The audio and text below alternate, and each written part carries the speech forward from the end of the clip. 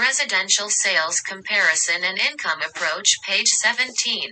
Introduction to Sales Comparison and Income Methodologies. Expertise in order to determine by themselves, such as flood elevation information. Secondary data might include, but is not limited to, comparable sales and income data gathered from other sources. Physical information regarding the subject or the comparable sales obtained from outside sources, such as public records. Demographic and economic data published by others. Rates of capitalization supplied by national surveys. This is a good time to discuss the reliability of the data the appraiser collects from other sources, especially secondary sources.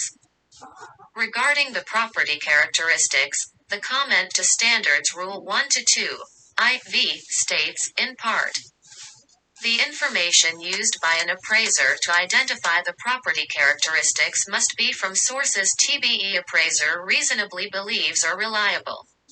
Levy, therefore, when the appraiser is relying on information provided by others, the appraiser must be reasonably certain that the information can be depended on to produce credible results. ALB Standards Rule 1-4 of USPAP requires the appraiser, in Part 2, collect, verify, and analyze all information necessary for credible assignment results. For example, verification might be confirming a comparable sales transaction reported in a multiple listing service with another source, such as public records or a participant of the transaction.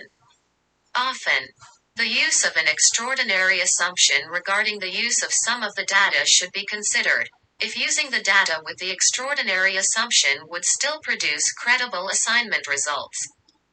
HND better pus u extraordning assumplen Dr. Duvik, for example. An exterior inspection for the purpose of an exterior-only appraisal may include an extraordinary assumption about physical characteristics of the interior of the property.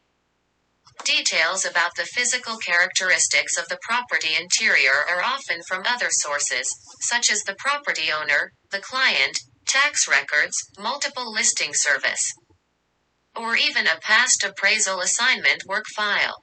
If the appraiser could reasonably rely on these sources but did not examine them firsthand, an extraordinary assumption may need to be used.